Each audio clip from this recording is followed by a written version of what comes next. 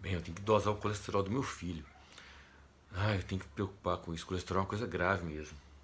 Nossa, mas ele vive alto agora. O que eu vou fazer? Não vou fazer nada não é possível. Deixa, larga pra lá que esse negócio de colesterol, esse negócio é mito. Então, hoje o tema de hoje é colesterol alto em crianças. É um tema solicitado por uma seguidora do Instagram, a doutora Yara. Para quem não conhece, meu Instagram é Denis Paiva Oficial. E não é mitidez, não, porque já tinha outro Denis Paiva. Se vocês quiserem acompanhar lá, será um prazer também.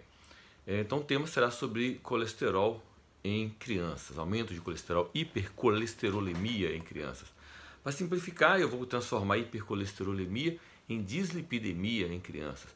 Não é o termo cientificamente correto, mas para simplificar aqui a conversa, tá? Claro, obviamente isso daria um livro, mas eu vou tentar ser mais conciso e mais simples na explicação, ok? Começamos agora.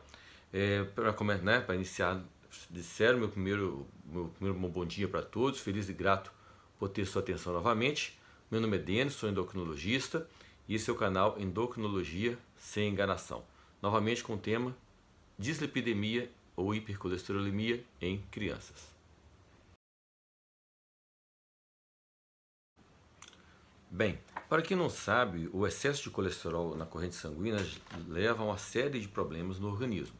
É uma doença metabólica, portanto ligada à parte da endocrinologia e metabologia, faz parte da metabologia, mas gera uma série de repercussões. As maiores repercussões são ligadas à parte da esfera de doenças cardiovasculares. Embora tenha o cardio, porque na realidade acomete muito também o coração, dando angina, infarto, também cérebro, que está ligado também a doenças cerebrais, tá? Como por exemplo o derrame, como por exemplo demências vasculares crônicas por isquemias crônicas e vasculares, né, ligado também a problemas renais, a problemas de insuficiência arterial periférica e uma série de outras coisas. Então são uma das principais causas de doenças cardiovasculares no mundo. Uma doença metabólica, assim como o diabetes, por exemplo, também, e que deve ser cuidado com toda a atenção. Então vem aqui um resumo das principais consequências do colesterol elevado.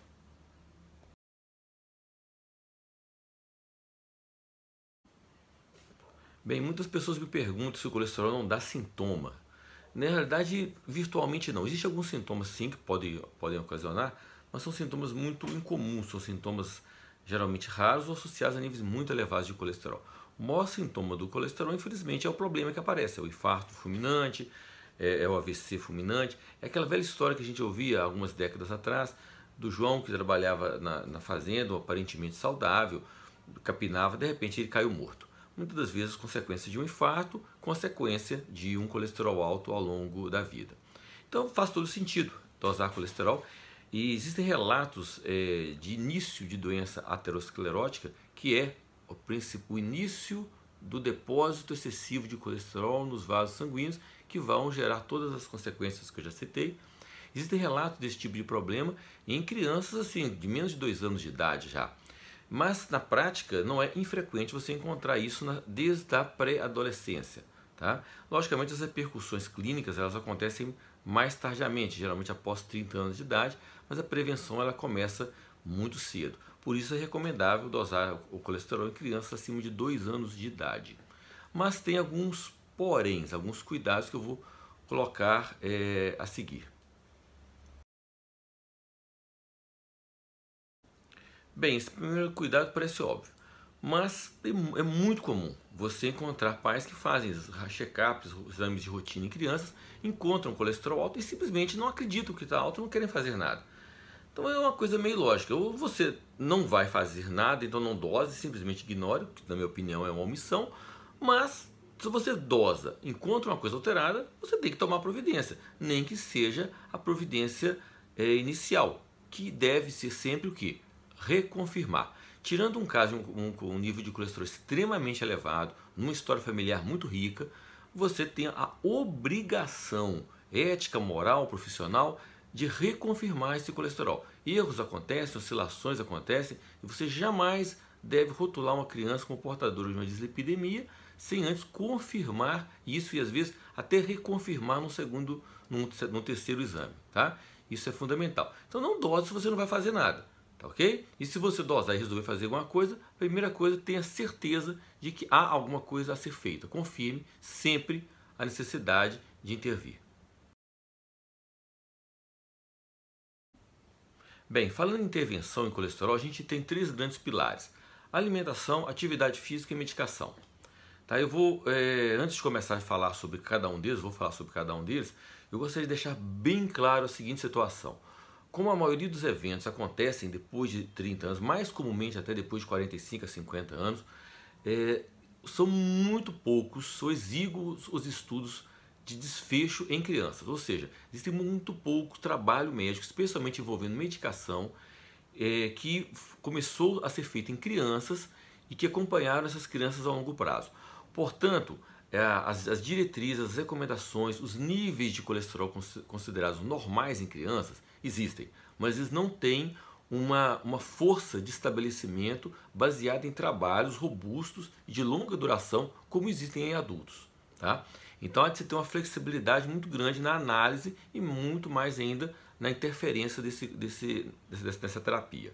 Tá? Não existem trabalhos, pelo menos até o momento, de longo prazo de desfecho. E o que é um trabalho de desfecho? É também importante deixar claro isso. Nem toda redução de colesterol promove necessariamente uma redução das consequências deles. Às vezes é possível você reduzir um colesterol e a pessoa continuar tendo derrame. Então é importante que o trabalho científico não só mostre que haja redução do colesterol, como que aquela redução levou à redução de morte, especialmente pelas doenças cardiovasculares, ok? E isso em crianças realmente falha muito em termos de trabalhos.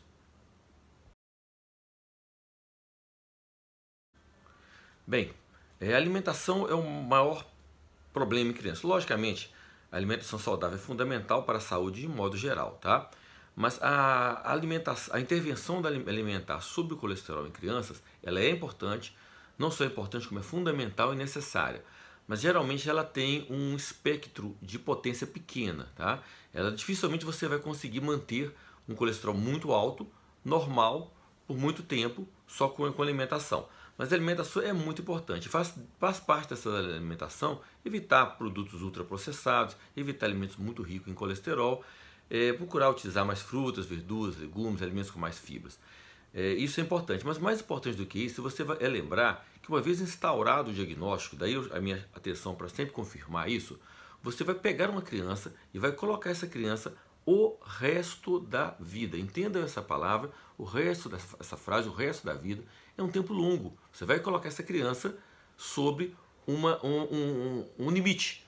Você vai tirar essa criança, você vai tolir dessa criança uma série de coisas que são naturais na infância, como um sorvete, um hambúrguer, uma pipoca, uma batata frita. Então pense muito bem antes de começar a fazer isso. Pense nas consequências disso e nas consequências, logicamente, de não fazer. Mas tenha certeza do que você está fazendo, ok? Bem, em termos de medidas não medicamentosas, a atividade física, sem dúvida nenhuma, é a medida não medicamentosa que tem mais impacto sobre a redução do colesterol. Então, é fundamental que toda criança com colesterol alto seja estimulada à prática de atividade física. Não existe um trabalho que mostre isso. Na prática, quanto mais melhor. 25 horas por dia do que for mais intenso. Lógico que respeitando o bom senso, respeitando a vida e a hora da criança. A criança não vive só para tratar o colesterol. Mas quanto mais atividade física ela puder fazer, melhor vai ser para esse colesterol elevado. Bem, sobre as medicações, para a gente estar encerrando, existem vários medicamentos utilizados para criança, a maioria deles liberados somente após 10 anos de idade. Claro que casos mais severos a gente tem literatura que ampara a utilização em qualquer faixa etária, mas a princípio deve-se tentar evitar a utilização com menos de 10 anos de idade, deve procurar os medicamentos mais seguros, que foram conduzidos estudos que mostraram segurança para esse tipo de perfil, tá? E infelizmente deve-se evitar muitas dessas terapias alternativas, justamente por aquilo que eu mencionei. Quase nenhuma delas mostra redução de desfecho. Às vezes pode reduzir o colesterol, mas não há nenhuma comprovação de que aquela redução possa levar a desfecho. E uma vez medicada a criança, provavelmente ela será medicada o resto da vida. Bem, e como bônus, não posso deixar de comentar, faz parte daquele início que eu falei sobre investigação. confirmar o colesterol alto, mas é importante lembrar que o tratamento, uma vez estabelecido, vai ser feito o resto da vida. Então é muito importante a gente ter a certeza de que esse colesterol realmente existe. Existe uma série de outras doenças que promovem colesterol elevado na criança, tá? Então é importante descartar isso. Por exemplo, insuficiência renal, doença renal crônica pode provocar isso, hipotireoidismo, doenças de tireoide podem fazer o colesterol aumentar. Então é importante a gente confirmar o colesterol alto e confirmar que essa dislipidemia, que a gente chama, né, é uma dislipidemia primária, ou seja, não tem nenhuma outra doença provocando isso, para não incumbir num erro médico de tratar uma criança anos e anos e anos de um problema que na realidade é apenas consequência de um outro problema.